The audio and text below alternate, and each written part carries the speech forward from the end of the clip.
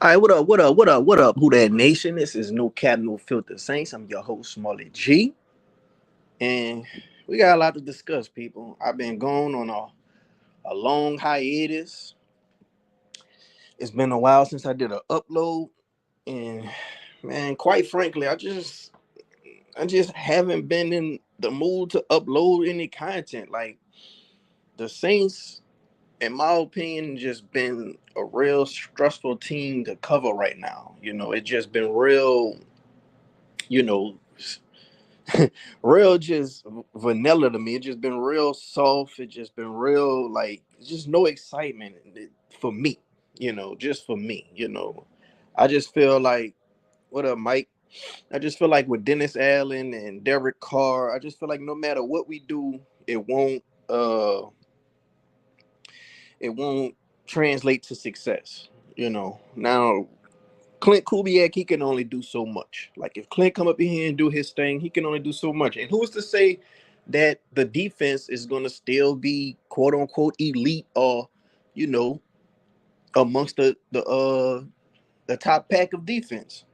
Who's to say the defense won't take a step back?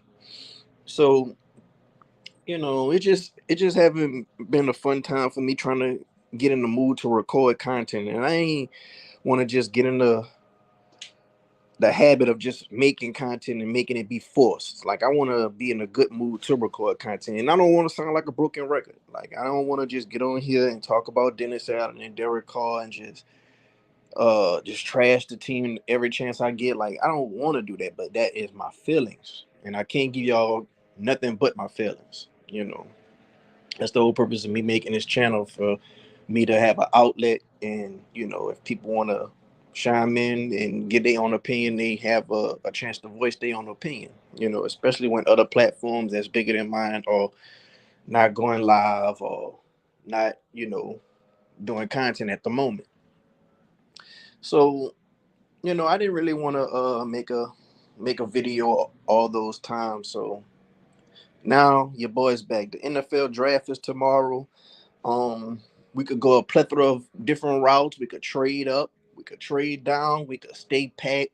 We could go defensive end and help out the defense for the pass rush, which, in my opinion, that's what's been missing from this defense for a long time now. Like when you think about all our playoff losses, we've been losing to some mediocre quarterbacks. A lot of our playoff losses, we've been losing to guys like Case Keenum. We've been losing to guys like it's just been a lot of playoff losses that you'll be like, damn man, we didn't even lose to Aaron Rodgers. We didn't even lose to you know uh an elite guy. Like we just needed a pass rush. I feel like when it comes to that defense, that was the main thing we always was missing. We go offensive line. To me, the offensive line is in shambles. We only got like two solid starters right now on the offensive line, and that's McCoy and Ruiz. And we don't know what type of year Ruiz is going to have. McCoy, he's a pretty much solid starter. Like McCoy, when I think about McCoy, I think about a guy that's pretty solid, pretty consistent. He's not going to be an all pro, but he's going to be borderline Pro Bowl player. And when I think about Ruiz, I just think about a guy who just been up and down during his career. And, with the right coaching, I feel like this guy can elevate his game, but it's all on Ruiz to put everything together. So, we just got to see consistency from him. But everybody else is in question. You got Ryan Ramchick. We don't know if he's going to retire or not. We don't know if he's going to be in and out the lineup the whole year or not. Me personally, I want the guy to retire. I feel like that could benefit both parties here. It could benefit him with the longevity of having a healthy life for him and his family, and it could benefit the Saints. I believe if he retires, I think something will happen with the salary cap. I think Nick Underhill had mentioned it, where it could be kind of beneficial to the Saints. So I think that could help out both parties. Now, we would take a step back with leadership in the locker room. We would take a step back with that right tackle position, maybe taking a downgrade if we don't find a replacement for him ASAP, because we still got to worry about that left side. Like what are we going to do with Trevor Penning? Is he going to be trade bait? Like a lot of people have been speculating that he's going to be on the trading block. Who knows? We're gonna have to find that out. Maybe the next offensive line head coach could get the best out of Penny. Maybe they shift him in to the inside and put him at guard. Maybe they put him at right tackle and just flip him and just see how you can do on the opposite end. Who knows? And we got left guard. We've been having James Hurst. He's been the plug-in guy, but at the end of the day, this guy is not a full-time starter for 17 weeks. Like, he's a good dude to come off the bench if anybody goes down during injury, but as a solid 17-week starter, he's not that guy. Not at this point of his career. So I really feel like we could use another guard. It's a plethora of different avenues we could go when it comes to the offensive line. And when you got those many question marks on the offensive line, you kind of guarantee set up for failure, in my opinion, if you don't have the right head coach and the right quarterback. Like I keep telling you guys, like, a lot is going to come down to who's the head man and who's the trigger man. And the head man is Dennis Allen. He makes damn near most of the team's decisions, you know, during the week, throughout the games, he's the head man. Everything got to go through him. And who's the trigger man? Who's going to be pulling the trigger? No matter how much good the play is, who's going to be the trigger man? The trigger man is Derek Carr. And to me, Derek Carr, when I think of Derek Carr, I think about a guy who's talented, but I also think about a guy who doesn't take accountability, uh who doesn't show the right leadership. Like, the way he think he's showing leadership is not of the same leadership these fans want to see. You know, he just too politicky to me. Like, he just try to say the right things, but it's like, bro, it's almost like Joe Biden. It's almost like just watching Joe Biden or some type of mayor that you just don't like. Yeah, they're gonna get up there and say the right things, but your actions are showing different. Your actions are showing otherwise. You're gonna always get a political correct answer, and it's just a lot of fluff for TV. And I don't like that. I'm real big on character. Like, what is your character? You know, and when I was looking at Derek Carr in Oakland, I was kind of like, saying, okay, well, this dude right here, underdog. But by me being a Saints fan, I'm not that deep in depth on what's going on with Derek Carr in Oakland. So from the outside looking in, I don't know his real true character. But Raiders fans been saying this for years. Like, this dude is a crybaby. He's not a good leadership uh person. He's only gonna get you so far. He had that one good season, and everybody's entitled to one good season. But after that season, he was never the same. That one good season, I think he was, scrambling, rushing for yards and stuff with his legs. Now he just have that in the back of his mind, how that injury derailed his career, and he just don't never want to do it again. But not only that, it's just character uh issues with the players. Like, I didn't heard that he don't even get along with Devontae Adams, and I thought Devontae Adams, he came to the Raiders just to be with Derek Carr because they had the relationship in Fresno State.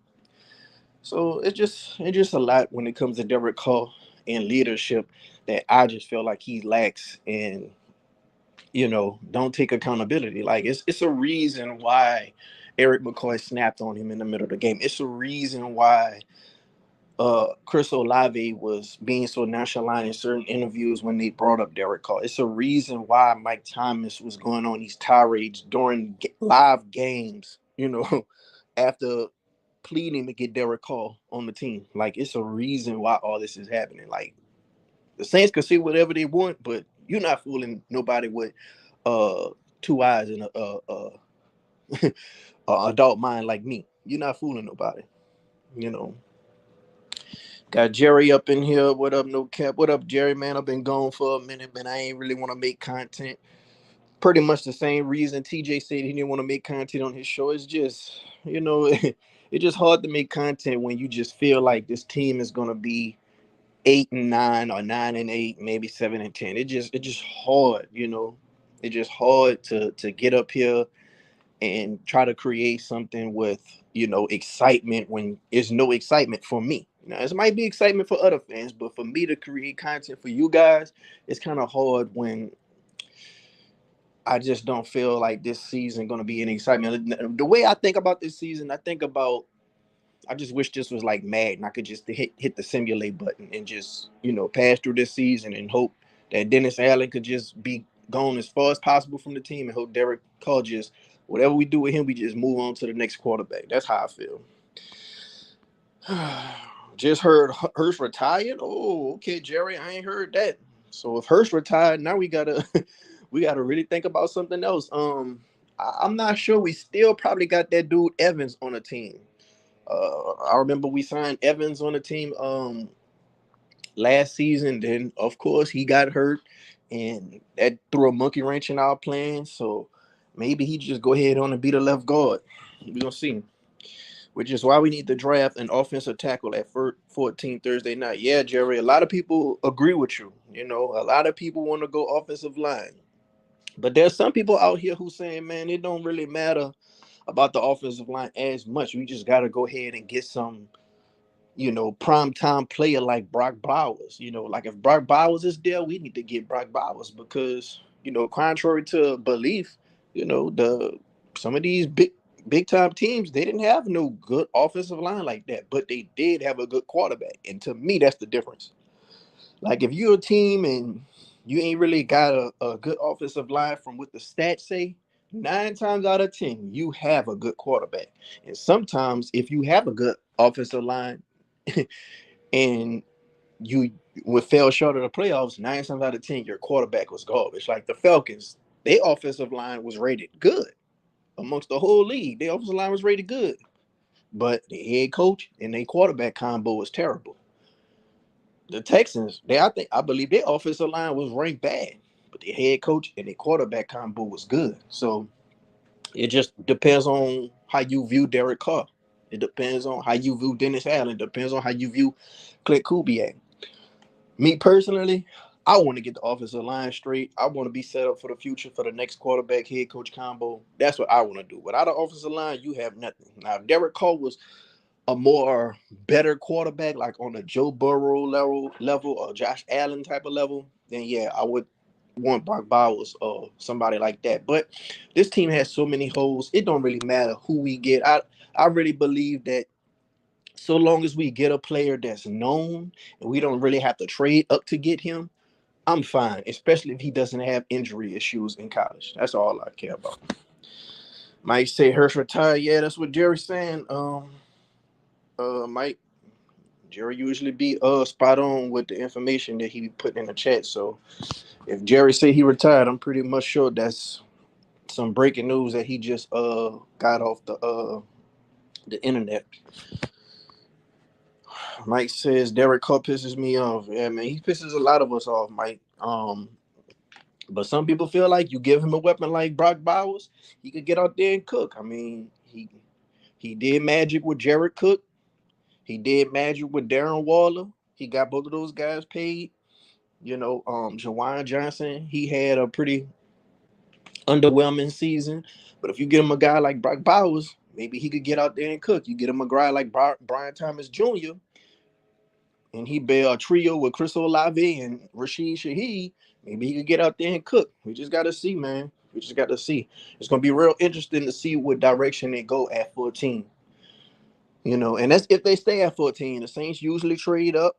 We are pretty much known for that. We never trade down. And if the Saints are just doubling down on Derek Carr and Dennis Allen, sure, we pretty much going to trade up again and be aggressive and try to go all in it, because the Saints went 9-8. But in the Saints' eyes, a lot of those games that they lost, they could have been on the opposite side and won just off a play or two.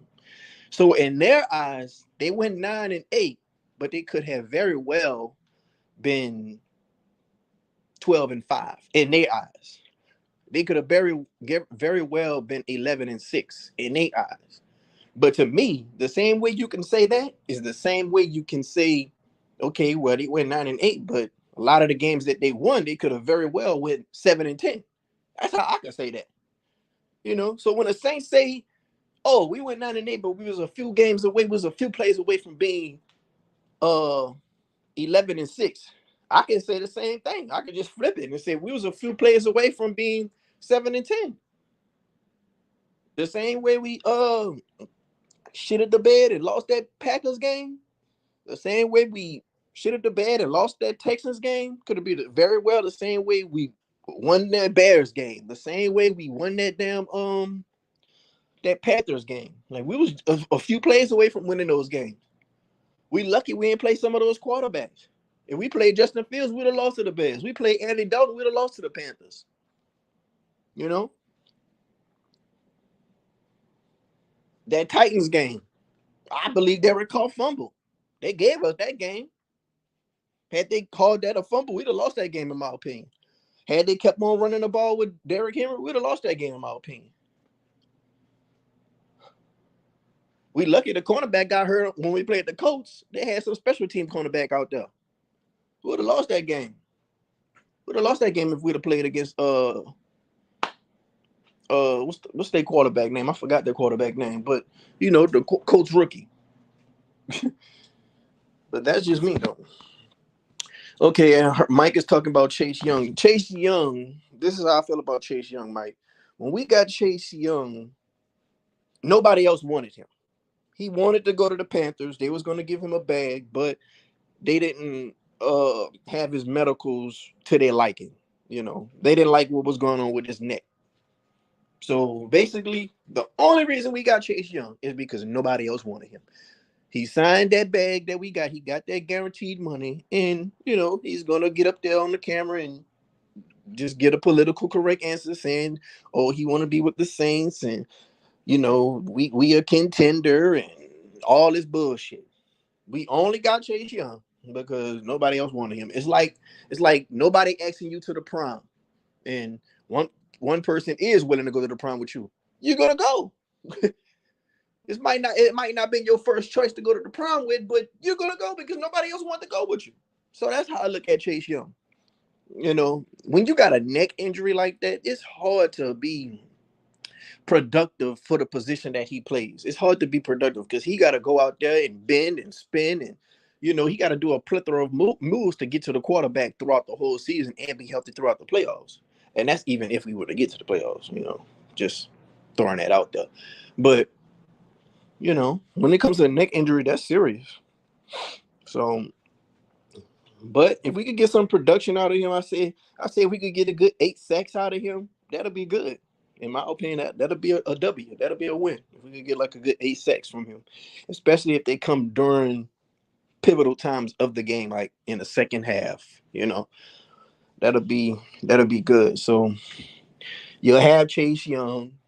You'll have Cam Jordan. To me, Cam Jordan, I don't believe he's that guy anymore. Like even when Cam Jordan before these few down years, like this is my take with Cam Jordan. Even before Cam Jordan had these couple of down years, these past few seasons, when we were in the playoffs, Cam Jordan ain't get to that quarterback like I wanted to. Like he didn't you know, go get them sacks in clutch times. Like a lot of people say, oh, it ain't just about sacks. To me, it's about sacks when it comes to clutch moments of the game and getting that turnover for the defense, getting that strip sack fumble, getting that sack to stop this quarterback or just disrupt his timing. Like all that is important, you know. Like it's evident that's important because if it wasn't important, we'd have got that Minnesota Miracle play wiped out. And if you go back and look at that Minnesota Miracle play, look at Cam Jordan. He was right there. I think he did some type of swim move, and he was right there. He almost was there, and that's the whole difference right there. A player that's almost there, and a player that's just getting there. You know, like we need a player that's going to get back there. You know, we need somebody disruptive.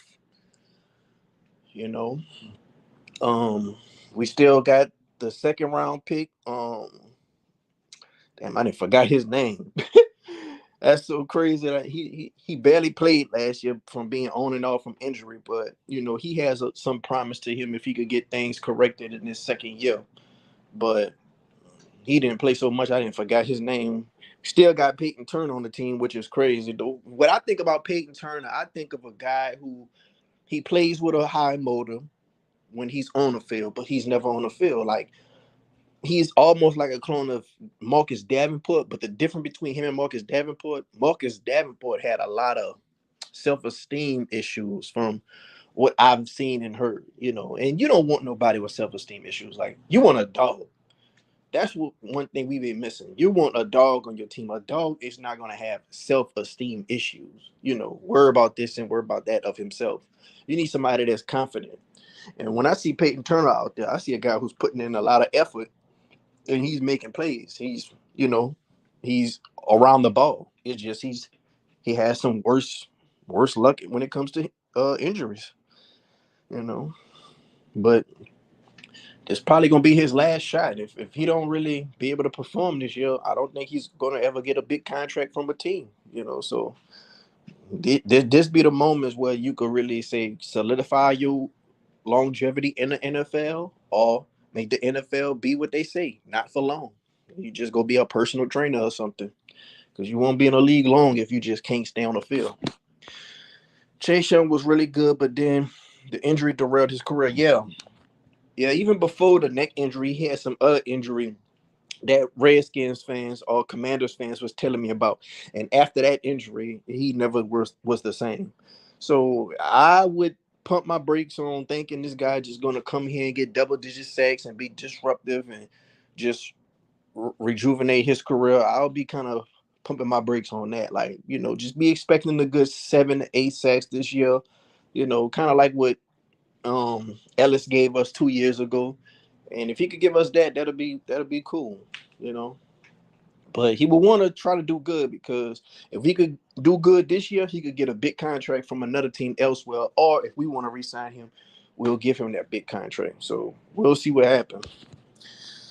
I did not hear his name in the playoffs every year. Oh, I'm guessing you talking about Cam. Yeah, man. Like I say, when Cam Jordan, even before these last few years, when it came in the playoffs, we didn't get that disruptive force that I be wanting to see in the playoffs. Like, I be wanting to see a disruptive force. Like, I know everybody can't be a Von Miller. I know everybody can't be a Aaron Donald. I know everybody can't be a Michael Parsons. But man, when you think about Cam Jordan, when we was in the prime of our years, you can't really just think about those playoff games that he just had where he would just, when you could just say, damn, boy, Cam had 3 sacks this game. He had a fumble. Like, you can't really just think about a lot of stuff like that. But he still had a very good career nonetheless. I think he's one of the best Saints players that ever put on a Saints jersey, when you just look at the grand scheme of things. And it's just sad that he's not going to get a ring with us. I think the best time to get a ring with the Saints was when we had Derek Carr. I mean, I don't know why I said that. Was when we had Drew Brees. But yeah, man, them days are over, bro. Drew Brees is gone, Sean Payton gone, Michael Thomas is gone. Man, we dealing with a lot of guys on the back end of their careers, like Demario Davis, Alvin Kamara about to be 30. So it's pretty much a wrap, man. The offensive line is in shambles. We don't have Teron Armstead. Like, it's pretty much a wrap. Cam Jordan, he's pretty much getting old. Like, the only guy that I can say we still honestly have in the prime of his career is Marshawn Lattimore, and he's probably on a trade block. So there's just very little to be excited for. Very little to be excited for. Alvin Kamara, even though he's about to be 30, I still think he got a lot of juice, because you got to think about all the times he's been splitting carries with other backs. So in running back years, he's not as old as people think. His legs are not as worn down as people think. Like, his legs aren't like Ezekiel Elliott legs. His legs aren't like a Derrick Henry legs. He still has a lot of juice because he hasn't been getting as many carries as those guys.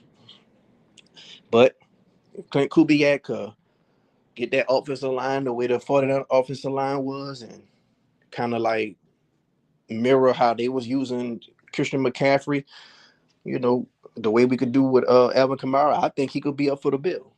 That's just me. Got Elite Goods back in the building, man. What up, Elite?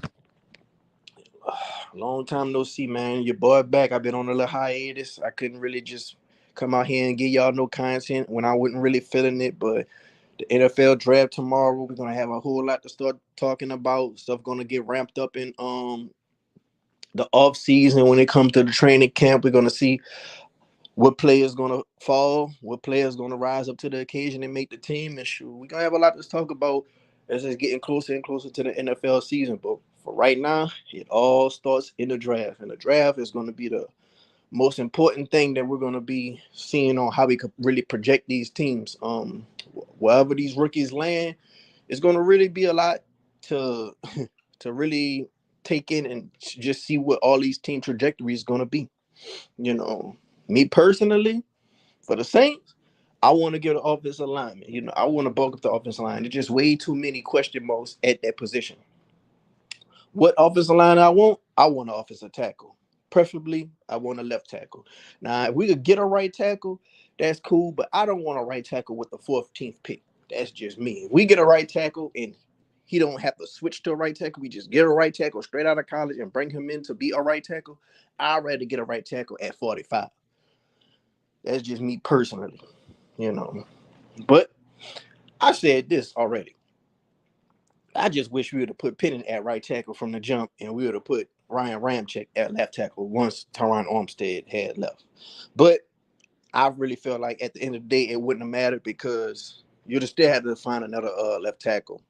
But at least would have had some more solid play from the left tackle position with Ryan Ramczyk. Because right now, in this third season of this Dennis Allen era, I think Ryan Ramczyk's career is going downhill because that injury that he's got, he's just pretty much got to play through it, and it's just going to get worse and worse. It's not going to ever be able to get surgically repaired and be good for him. So we was going to be looking for a left tackle regardless anyway.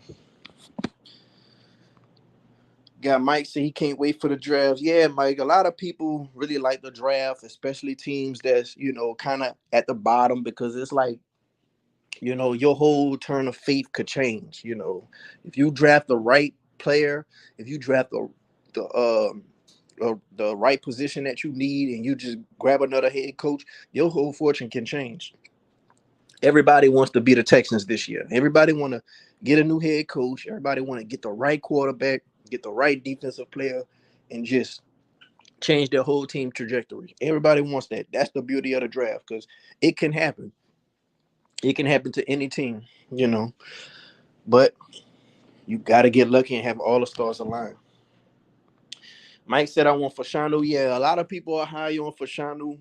Um, like I said, man, personally, me, I don't think we could go wrong with any player that has a big name. As long as it's a player that has a big name, no injury history, I'll be fine. I don't care if it's Dallas Turner. I don't care if it's Brock Bowers. I don't care if it's Fashanu. I don't care if it's, any of these big names. I feel like we have so many needs.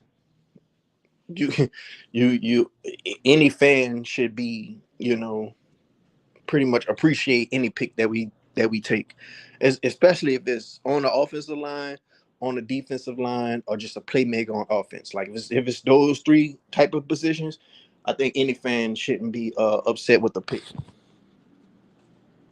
This is where we're rebuild. So yeah, I already feel like the Saints might not admit it, but I think we are like in a rebuild. Like when you have all these question marks at the offensive line position, when you have Michael Thomas retired, so you got to get playmakers again. You're not sure what you're gonna have out of Jawan Johnson. Alvin Kamara, he's like I say, he's 30. You got Jamal Williams. He's on a career decline. We that still has remained to be seen. You got Kendrick Miller. We got to see if he could be steady with his injury status. And on defense, you got Demario David. He's aging. You still got to figure out how you gonna stop the run, and you still need pass rushers. You still don't know what you're gonna do with Marshawn Lattimore. At the safety position, we're kind of old. You got Tyrann Mathieu. Like we still got to see what's going on. I think Marcus May has been released, so we got to figure it out. Now the good thing, that Willie Gay guy, I believe he's gonna bring some sauce to the linebacker corps. I believe he's gonna bring some juice to it. I think he's gonna be like another version of Quan Alexander. So he's gonna really be in there competing with Pete Werner. So if Pete Werner don't look out, he's going to get his starting job took from Billy Gay. So that's going to be an interesting battle within training camp to see who becomes the full time starter. Because in Dennis Allen defense, we only run 2 linebackers, so that'll be kind of cool to see who's going to win that position battle. Um, yeah, man. I really feel like you gonna really know if we're gonna be in a for sure rebuild, depending on what we do with Marshawn Lattimore. But I'm gonna go ahead on and let you guys join the chat, join the stream with me if you guys want to. Let me go ahead on and try to put it in the chat real quick. So if anybody want to come on here and speak on the Saints, more than welcome to. All right, the link is in the chat right now. So if you want to come on, just go ahead on and come speak with me. Talk about this Saints football team, man. Yeah. So what else been going on when it comes to the Saints, man? A lot been happening.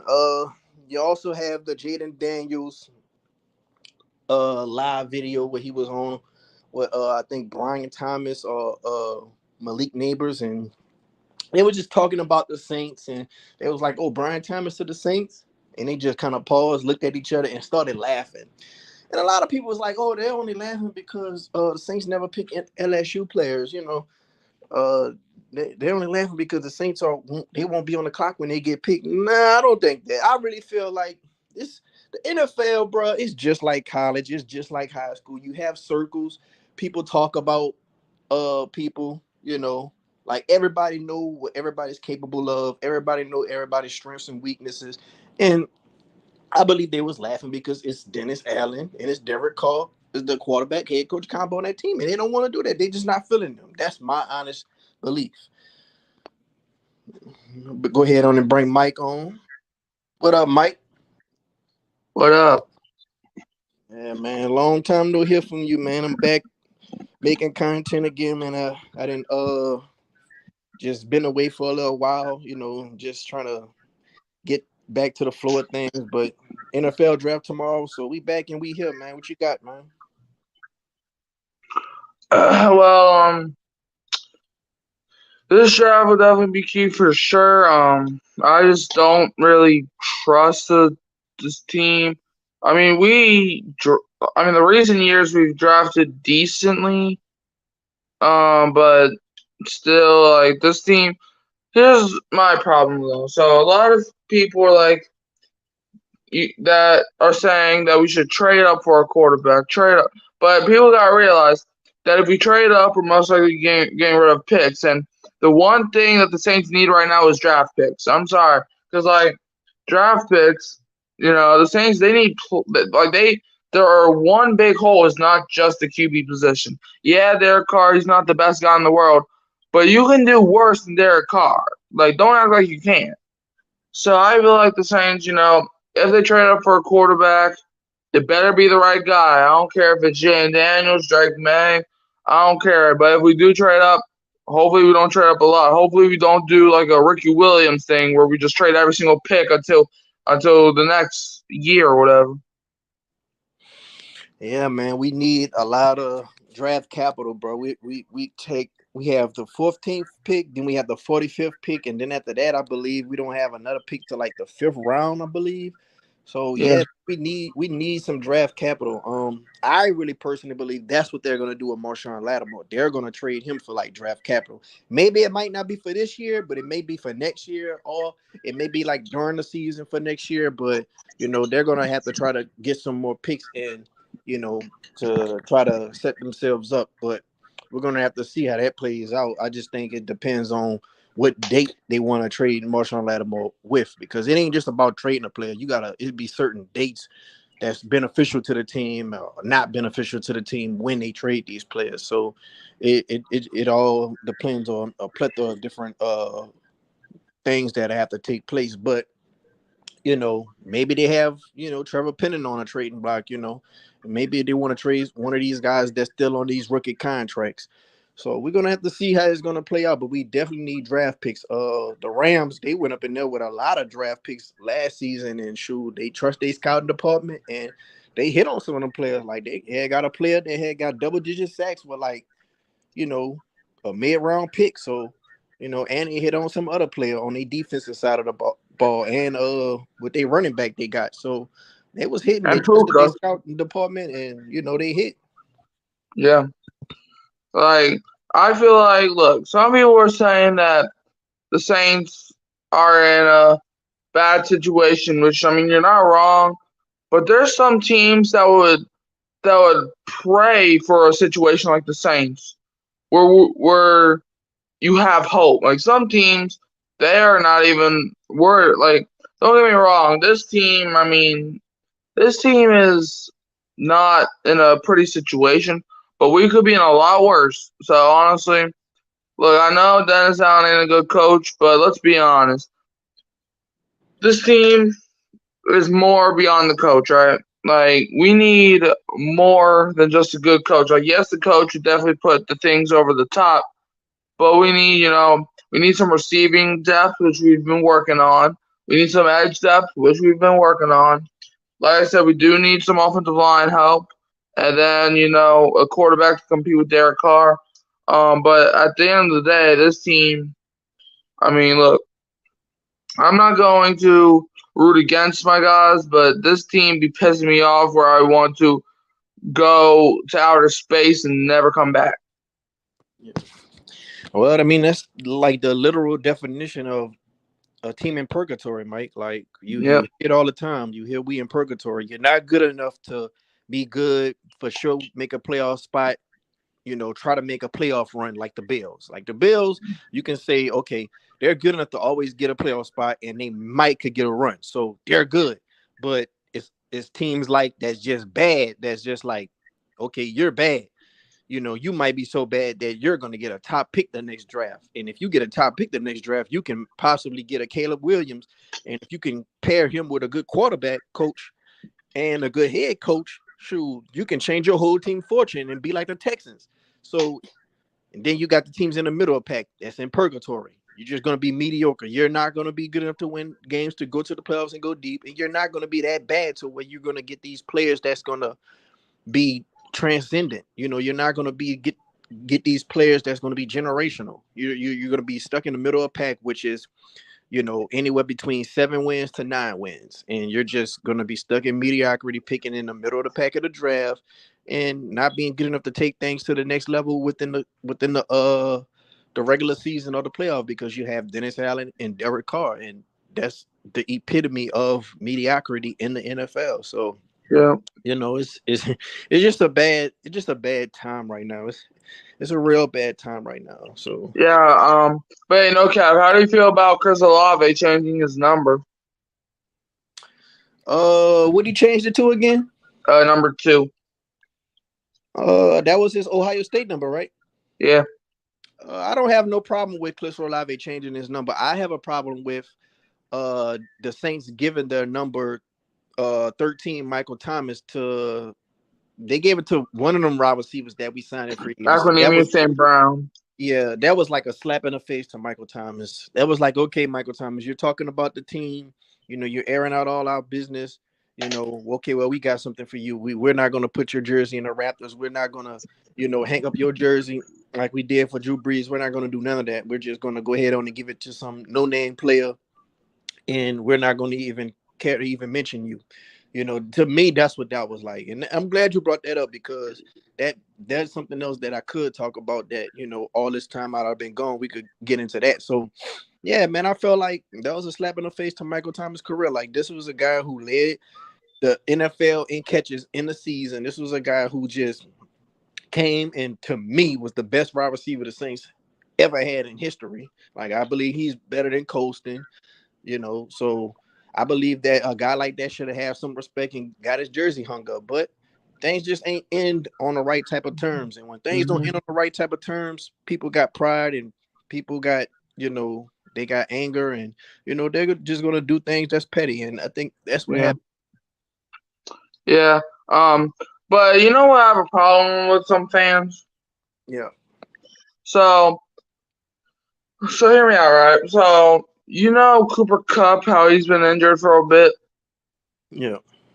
Well, when Michael Thomas got hurt, it was he's a horrible person. He doesn't respect the team. He's all he does is run slants all day. All he does is get hurt. But when Cooper Cup gets hurt, it's always he'll be back to form. Don't worry. Oh, they got Puka, so don't worry, he'll help out Cooper. But the Cooper Cup and Michael Thomas in their prime, they're like the same player. So Mhm. Well, I let just don't me tell you what. understand with some of these fans. Well, you want me to tell you what the difference is with that? Mm, Cooper Cup got that ring. mm. Cooper Cup got that ring, and Michael he. Thomas should have got that ring too. Oh yeah, I mean we can say that all day. Coulda, woulda, shoulda, but at the end of the day, Cooper Cup got the ring, and he really helped that team in the playoffs. Like he helped Matthew Stafford.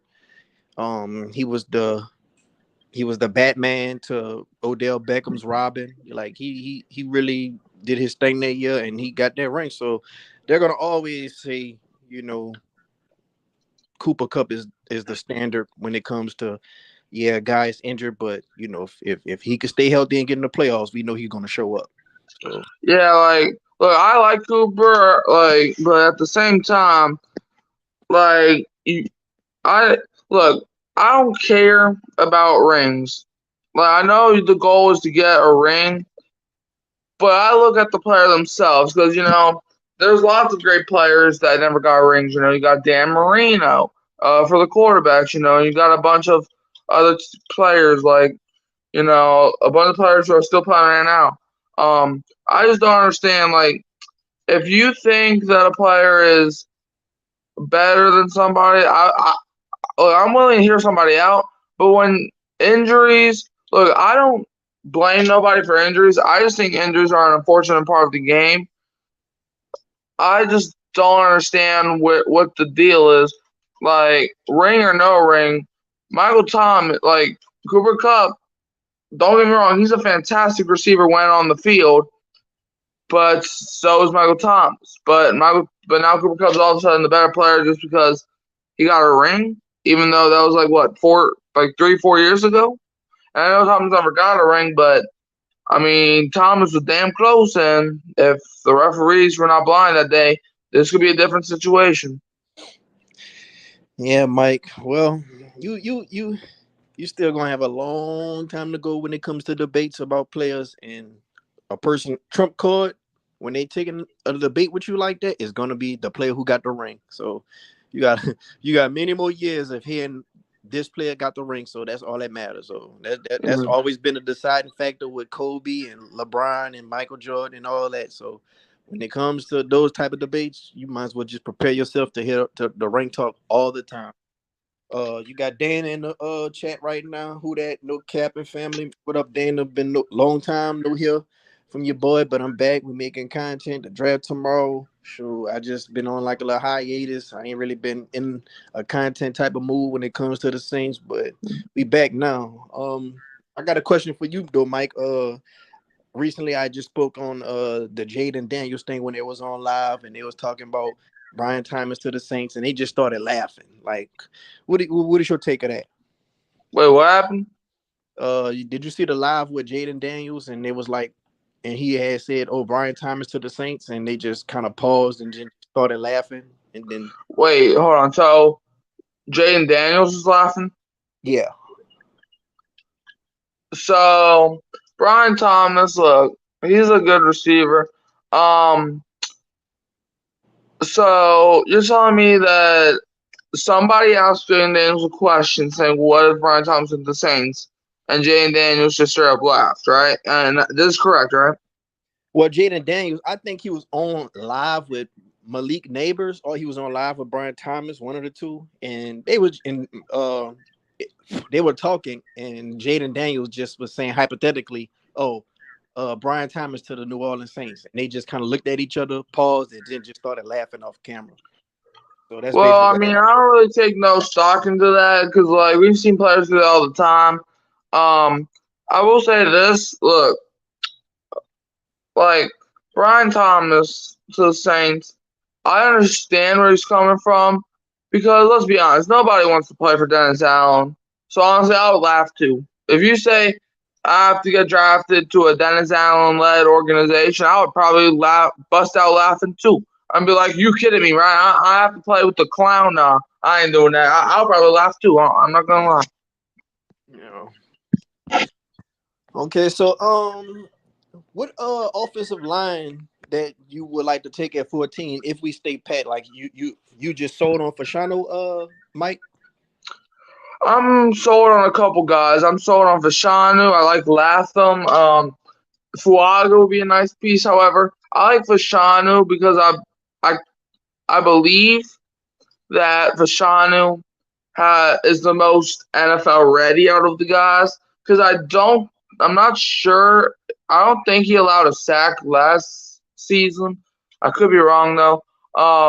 However, Fashanu is definitely the best athlete in my opinion, and the best pro. And I think he's pro ready more than the other guys. I should say.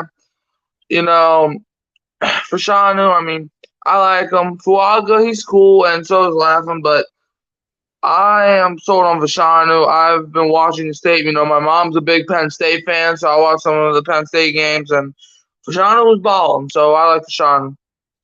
Okay, so hypothetically speaking, if Fashano and Brock Bowers is there, and let's just say you knew for certain both of these players will have a Hall of Fame career, who do you think would be more impactful to the team, Fashano or Brock Bowers? If you knew both of them was going to have a Hall of Fame type of career. So if both of them lives up to their potential, um, it depends on the situation. Like, yeah, Brock Bowers, he's a cool name, and honestly, if we draft Brock Bowers, I'll probably be one of the happiest men on earth. But I mean, is he really going to help your team like in the long run? Like, probably yes. But however, I want somebody that can impact the team, not just help the team, but also impact the team. And like, look, Juwan Johnson, I have my concerns with him, but he's not the worst guy to have as your starting tight end. But however, your offensive line, your offensive line, um, you got Penning. I mean, he's a lost case at this point. And then you got Ryan Ramchick, who might leave. So I feel like who's a right pick. I think who will end up being better. Like if they both have a Hall of Fame career, and I think Brock Bowers will have a better Hall of Fame career because he's a tight end, and that's what tight ends are usually do. They usually are more known than offensive linemen. However, I feel like offensive linemen. Look, I know people are saying that you don't really need offensive line, but I don't think that's true at all. I think the position that a lot of teams sleep on is offensive line because like it's like say this, all right. Say you're trying to go to sleep, right? And it is cold, right? But you don't have a blanket. How are you supposed to sleep? All right, that's basically what Derek Carr would go to if he does not have a shot. Like how is he supposed to sleep at night knowing how much bruises he's going to take because he has to rely on Trevor Panning and maybe a Sosa Ryan Ramczyk at with injury. So I would take Fashanu in a heartbeat. If Fashanu's not available and Brock is available, then I think Bowers would be the pick. But for now, if everything falls into place where Brock Bowers and Fashanu are both good, I would rely on Fashanu to take my team to the next level. That's just my opinion, though. Well, yeah, I just asked that for the people who want the playmaker instead of the offensive line because a lot of those people are just not sold on the Saints drafting offensive line in the first round anymore. And they feel like it's not that relevant to take an offensive lineman that high.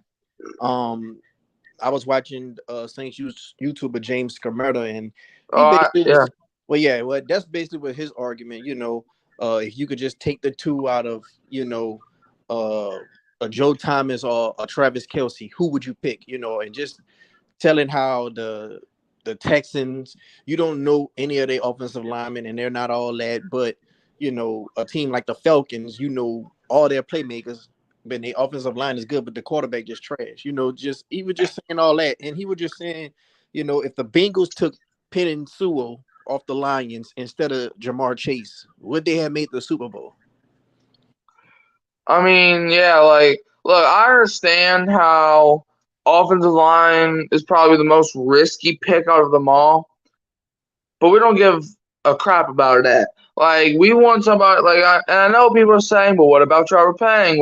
Look, Trevor Penning, I feel like, was just one guy in the blue moon that a lot of fans were hyped on, but he played lack of competition and he was not really. I feel like he was at the time, people said he was the best tackle in the draft. And, like, looking back at it, that draft class was pretty weak on the offensive line. So, I mean, he was supposed to be the best. But honestly, I don't even know anybody other than Penning that was in that draft class. So, Do you think? Do you think like Penny? He wasn't even in on jumbo packages. Do you think that wasn't really a skills thing, but it was a more of he was in a Dennis Allen doghouse thing? Because to me, Trevor Penny comes off as a guy that if you get in his face in camp, if you're like a coach, he's not gonna have that much respect for the coaches teaching him a coach. He seemed like a guy that'll kind of speak his mind and wear his emotions on his sleeve and tell you what he's thinking. And he probably just went back and forth with some of the coaches, or maybe even Dennis Allen. And I guess that was his discipline. Do you think that could be the case? I mean, it depends. Like, look, so obviously we saw when he got drafted, he was fighting all the players. We all love that. However, I was on the negative side of that. Look, like I said, what I had to say. But when he was getting ejected from practices, I was like, all right, but what happens when he's on the field? Like, will this same stuff be happening, or will he fix his role?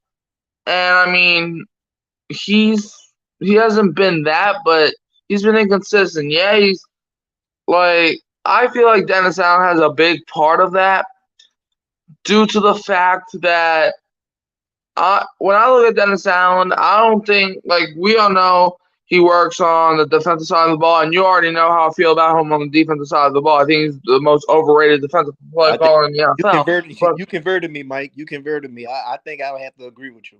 There's yeah, no way we played those quarterbacks and we were just struggling to, get those wins with those quarterbacks if he just quote unquote defensive guru. yeah. So I don't feel like he spent enough time developing the offensive line as much as he tried to with his defense and failed. But I don't think he spent enough time with the offensive line. So I feel like Trevor Penning. I feel like he could have went anywhere else and had a good career. But since he went to the Dennis Allen and Doug Marrone led offensive line, I think that might have ruined him. I think it ruined his confidence. I think it ruined his play. I think it ruined almost everything about him as a player. However, Trevor Penning, if we take the coaching out of the game and we just look at his on-field performance, it's not been productive. But you can argue that most of that was due to coaching because coaching, like Dennis Allen, we know what he is as a guy, like as a personal guy, not on the field, but like off the field guy. He does not like if you were to pick any coach to try to motivate you for a football game on Sunday, Dennis Allen would be the last choice because we've seen it, whether that was the Falcons game, whether that was this, whether that was that. I just don't trust Dennis Allen in the locker room, and I think Trevor Penning. I think Trevor Penning lost respect for Dennis Allen just like most of us did, like most of the players did.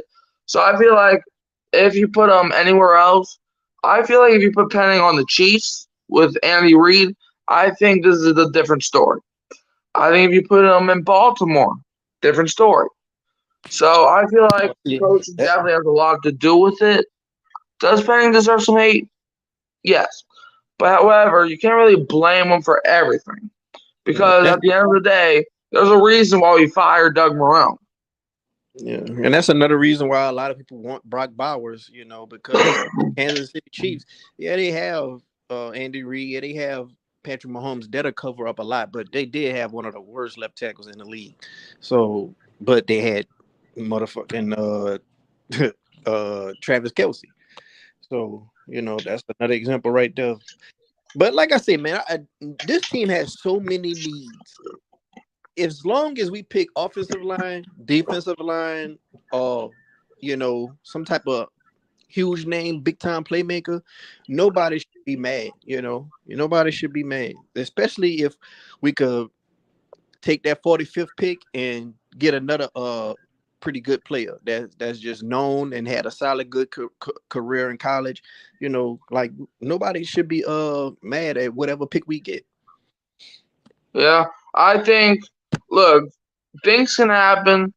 Like some players boom, some players bust. There's going to be probably a fifth or sixth round guy that ends up being in the rookie of the year races next year, and that happens every year. However, the Saints are a different team. Like I think whoever we draft could be successful. However, I feel like Dennis Allen has one more opportunity to prove that he can lead a group of guys on the field. And if he fails, then he's gotta go somewhere else, I guess. He's probably gonna go to Walmart if this fails. Well, But I just don't trust him to develop a rookie. I think it's up to the rookie now to develop themselves. Like, yeah, you got Chris Olave and stuff, but I think that was a rare circumstance because we know Chris Olave had that talent. But there was a stretch last year where, he was dropping passes, because I feel like Dennis Allen's just not motivating the guys. Like he said the same speech every week. So I just don't trust Dennis Allen to lead, especially a group of first year players. Um, like obviously there's this and there's that. I think Dennis Allen though, he has he has a good team. I mean, I'm not gonna act like this team's just horseshit and horrible, but at the same time, this team is just not ready to succeed, and I feel like it's because of Dennis Allen. Somebody asked me a question a couple months ago saying, "How could the Saints get better?" And I said the Saints can't get better as long as Dennis Allen's the coach because we've seen it. Like we thought that we had an amazing offseason the past 2 years, and it led us to 16 total wins. So I mean, I don't trust this team. I don't trust this coach, and I don't trust basically anything about this coaching staff. yeah, I think out of all the seasons, the draft is not till tomorrow, and we still could probably add some free agents or make some trades before the season starts. But as of now, at this moment, the team that we have right now, as far as the roster, I feel like it's not better than the last two seasons. Like the season that we had beforehand when we had Jarvis Landry and we had Michael Thomas and Olave, and then the next season we had you know we just had some pieces that you said, okay, well, we got a good team on roster on paper. We got a good team. We just got to see what the coaching staff can do. And to me, I feel like we got significantly worse when it comes to the Yeah, team. Now, the only yeah, thing we that did. we'll have going in our favor is we have a better offensive coordinator. Because let's be honest, anybody besides Pete would have been an upgrade. Because Pete was so terrible last year. No matter who we would have had gotten at the offensive coordinator position, it would have been a step above Pete Carmichael, and that's not really saying much. Yeah, I mean, I just don't think Pete Carmichael was ready to be an offensive coordinator. You know, I feel like Sean Payton, like a lot of people give Sean Payton too much hate. I look, I know Sean Payton did this, did that, but at the same time, y'all need to thank Sean Payton because if it wasn't for him, we would have never got that Super Bowl. We would have never signed Drew Brees to get that Super Bowl. So I mean, I feel like people be hating on this or that and the other because it's not like people are saying that Sean Payton's a choke artist when it comes to the playoffs. I won't call him a choke artist. I would call him an unfortunate human being, because uh, look, that 2017 to 2020 stretch, which was not even arguable in my opinion, that was the best stretch of Saints football. But nobody's gonna remember it because of how those seasons ended. Yeah. And you gotta think about it. Um, like for example, that Vikings game that you mentioned earlier.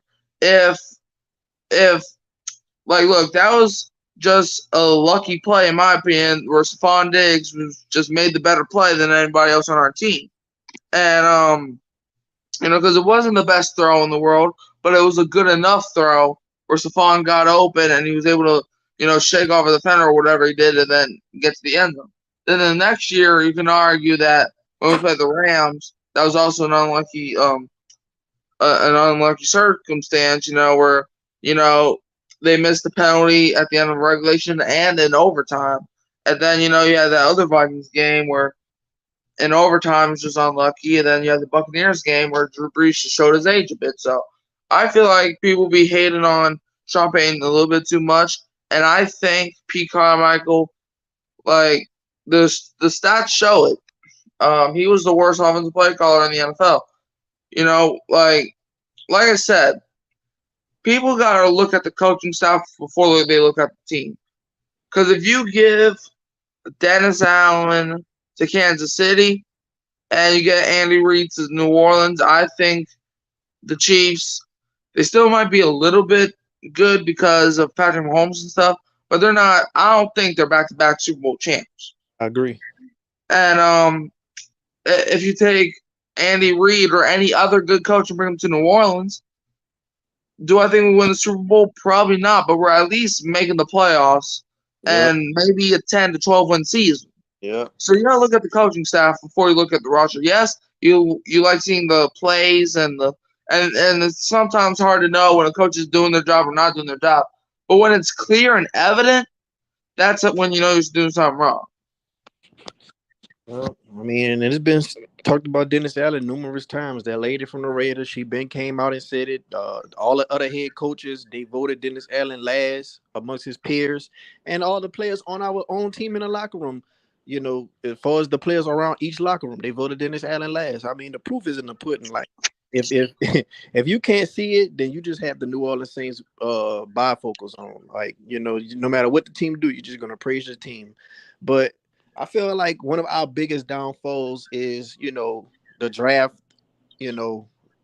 trading up and trading future assets for a Marcus Davenport, trading up for a Peyton Turner, trading up for a Trevor Penning. Like, that's our biggest thing that really hurt us, I feel like, the most, because we're putting all this stock into these positions on the offensive line and the defensive line.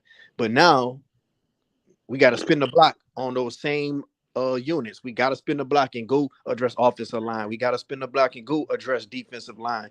And now, instead of expanding and putting, using those draft picks to expand the team, and take care of other positions, we got to spin the block on those same positions that we invested heavily stock for. And that's what's hurting us the most. Yeah. But it's a little bit over an hour. I'm about to go ahead on the end of stream. Mike, you got anything last thing you want to say? Yeah, look. Also, I just want to let y'all know, do not believe that this team. Look, some people like there's this. You know how there's apparently like there's like a Cowboy cycle. There's a Saints cycle. They're making cycles for these teams, and a lot of people are excited about that we got Chase Young. Look, Chase Young, he's a good player, but I think he kind of peaked too early. Where he had a great rookie season, so now we're expecting him to get back to that. But if he was really all that, he wouldn't be on his third team in the last 2 years.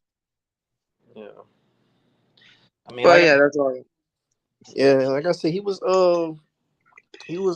rejected by all the other teams, so we only got him because of that reason. Like, now maybe it could still work out in our favor, because that's kind of like what happened with Drew Brees with his injury, But different situation, different position, but we just going to see and find out. But we'll go ahead on in the stream pretty much right here, Mike.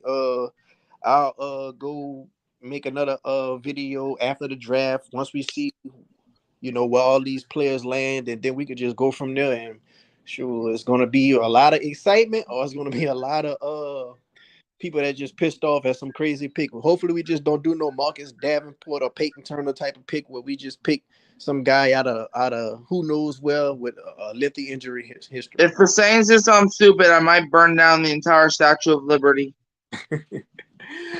Sure, you need to go ahead on and go to Airline Drive if you want to do something crazy like that. It's just crazy. We need to bring out the pitchforks. Yeah, bro. But all I got is who that. All right, Mike.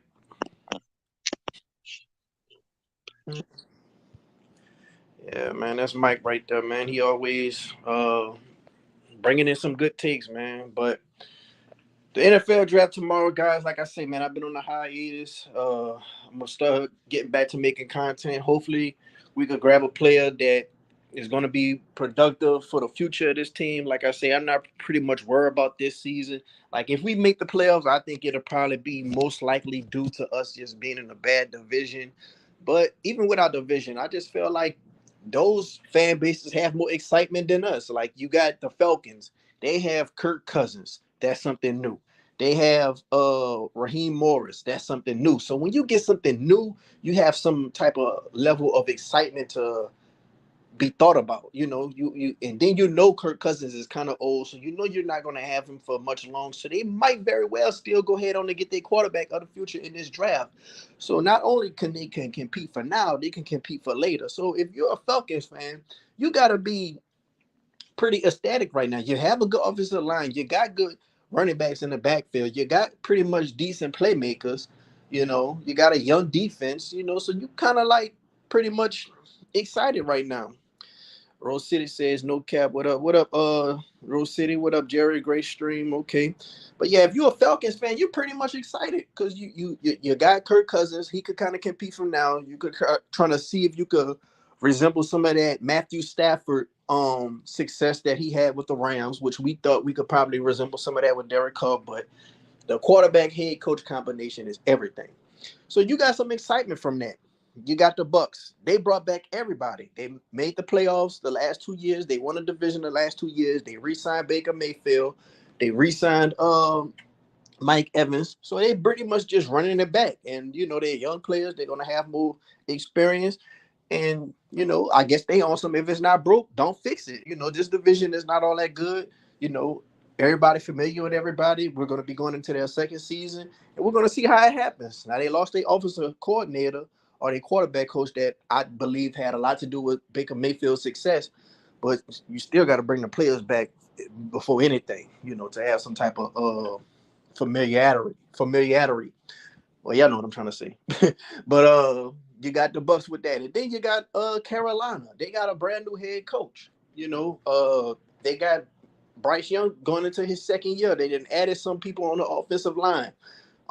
They didn't went after some free agents. And it was just they was the worst team in football last year, in my opinion. So if you're the worst team in football, there's only nowhere to go but up. They can only improve next year. So if you're a fan of all these other teams, you're pretty much excited.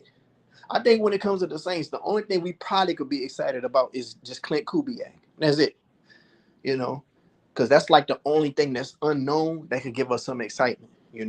Because that's how bad Pete Carmichael was. But that's my opinion. But everybody else, they got new head coaches. They got new head coaches, quarterback combinations. Like they brought back everybody that was having success from last year. Like they did all these things, and I think the fan bases of those teams could be pretty much happy. Us, in my opinion, I'm not too much excited. It's only so much Clint Kubiak could do because it's still the head man and the trigger man who's going to ultimately be the reason we're going to go far or end up short. Uh, let's see what the chat been talking about. Glad to have you back in great streaming, no cap. Thanks, Dana. Me too, says Jerry G. Yeah, man, we're gonna get back to it, y'all. Try to get back and making content for those who's coming in late. I've been on a hiatus lately. It's been hard to make content. Pretty much the same feelings that TJ Jones was saying on his stream. And it ain't just me and TJ. It's a lot of other Saints YouTubers who haven't pretty much been making a lot of content. You got those guys that's just them super hard working YouTubers like Ross Jackson. You got NOF. Those guys are just gonna pump content every day, no matter what. But for the pretty much the lower end of the YouTube podcast community, a lot of guys ain't been pushing out content like that, and I really believe it's due to Not much excitement. Whether they want to admit it or not. Like I'm gonna be the guy who's gonna always say his true feelings on Dennis Allen and Derek Carr. Like I really feel like as long as they're here, we're not gonna win anything of significance, and nothing is gonna matter. That's how I feel. I feel like Clint Kubiak, he's gonna be the sausage, you know, and eggs and seasoning in our ramen noodles. Will it be better? Yes, but it's still ramen noodles. So that's just my feelings. And I feel like a lot of other people are just feeling that same way. TJ even said it himself. Some former NFL player told him that as long as Dennis Allen and Derek Carr there, y'all not going nowhere. And y'all could kind of see after TJ got that information, TJ's stream's been kind of different. In my opinion, his stream's been even better because when you listening to somebody and y'all got like the same type of mindset or y'all feeling the same type of opinions, you feel them more. And I've been thinking like, well, TJ, well, he just took the gloves off and he really letting his true feelings be known. And I've been thinking he's been having some amazing streams ever since he got the information and he just been telling it like it is. Because those other podcasts, they're gonna like tiptoe over the fact that we got Dennis Allen and Derek Carr as the head coach quarterback. Like these guys don't win a lot of games. And if they're the combination, the two most important things, how do you expect us to go anywhere? Like, yeah, you can root for the team all you want, but if you know, like I know it, in the back of your head, you wouldn't put your bottom dollar on the Saints. You wouldn't do it. You got Rose City say, well, I hope history can repeat itself. Saints missed the playoffs from 14 to 16, 3 years. 2017, good draft. 21 and 13, 3 years, missed the playoffs. Good 2024 draft, hopefully. Well, in that time, that was when Sean Payton had all those head coaches that he didn't need, around. And it was a lot of bad apples in the locker room, like Junior Gillette and just a lot of players that didn't, have leadership skills and a lot of shit, a lot of things just going on of that nature. And I think we missed the playoffs like that. Yeah, Drew Brees was still in the prime of his career, but once we brung in that 2017 draft, I think that extended Drew Brees' career, and I think that extended Sean Payton's time in New Orleans, and everything changed. But man, we don't even have the draft capital that we have to even repeat that this year. First of all, and then second of all, I don't really think we got a bad locker room like that. I just think that a lot of the players don't respect Dennis Allen, and like that's the main thing. A lot of players don't respect Dennis Allen. And I don't think a lot of the players respect Derek Carr. But we definitely do need a good draft, nonetheless. So I would agree. Did you catch the press conference Tuesday? I don't even look at press conferences from the Saints, Jerry. I don't look at nothing Dennis Allen is saying. I don't look at nothing Mickey Loomis is saying. It's just too politicky. All they're gonna do is lie and just dance over questions and stuff. They're gonna have their feelings. I'm gonna have their feelings. I'm not about to watch anybody that I just disagree with on and I just get disgusted with while watching. TJ Jones is the man. Yeah, TJ Jones, he's a real good podcaster. Um, might have to make a stream where I just talk about all the different Saints podcasts I listen to. Just to make some different content. Just to have a little switch up, talk New Orleans Saints, but also talk about the other podcasts that we like to listen to within this community. It's a lot of them. Keeping it real, Saints. Shout out to them. WDN. Shout out to them. Of course, TJ Podcast. Big Q. Um, what else? The Tell It Like It Is podcast. I like those guys, what they're doing over there. Of course, Ross Jackson. I feel like he's the hardest working man in the Saints media. Nick Underhill, I like his podcast. I like Nick. The only thing about those guys, I don't think they say their actual true feelings on Dennis Allen for reasons that we could kind of understand. But other than that, yeah, man, it's a lot of people out there who podcasts I like and I listen to when it comes to the New Orleans Saints, and it helped me get by my day at work. It helped me get through my commute, going to work, coming from work, and sure, we listen to those guys faithfully, and sure, they're just going to be around as long as the Saints around. Shout out to TJ, Big Q, Ross, Dolph, Nick, Mike, Steve, Jeff. The list goes on. Yeah, Jerry, you just naming a lot of big time heavy hitters in this Saints podcast. Well, at least Mickey wasn't whacking that gum and being disrespectful. Like I said, I ain't even watch it, Jerry. I ain't even watch it. Sometimes if I do uh watch something like that, I look at little clips. I look at just the main short, most important clips, and I'll just catch that. But I don't watch the full stream. I watch it. Yeah, well, shoot, that's good that you watch it, Jerry, because you could go ahead on and fill us in on some of the stuff that we didn't catch or see. So, but I'm gonna go ahead on the inner stream, you guys. Like I said, man, I've been on the hiatus for the people who coming in late. Just didn't really wasn't really in the mood to make any Saints content. Wasn't excited about what was going on with my team. I just felt like we in purgatory. Um, Hopefully after this season I get what I want. I'm kind of looking towards the future. Like everything that we're gonna be doing in this draft and uh during the off season, anything that we do with Marshall Lattimore and all that, I'm just looking towards the future at this point. So, that's just how I'm as far as me being a fan. The Saints, they might look at themselves as a 9-8 team that could have very well been 11 and in six, but I look at them as a team that could have very well been 10-7. So that's where we differ. But NFL draft is tomorrow. A lot of teams' fortune is going to be changed. This is some of the best times of being an NFL fan because everybody has that one glaring thing that any NFL team need, and that is hope. And everybody got hope that their whole franchise fortunes can be changed on tomorrow night. And we're going to see what the Saints' fortunes is going to be changed and our trajectory going from this season beyond. So, who that nation? Stream is about to go ahead on the end. I want you guys to be safe tonight. I want you guys to go ahead on and catch the NFL draft, whether you at home or if you want to go to a little sports bar and catch it. Sure, go enjoy yourself, go have fun, and sure, we're gonna have that content rolling out. A lot of Sage YouTubers are gonna get back on that grind, and we're gonna have some content in store for you guys. But until then, be blessed and who that.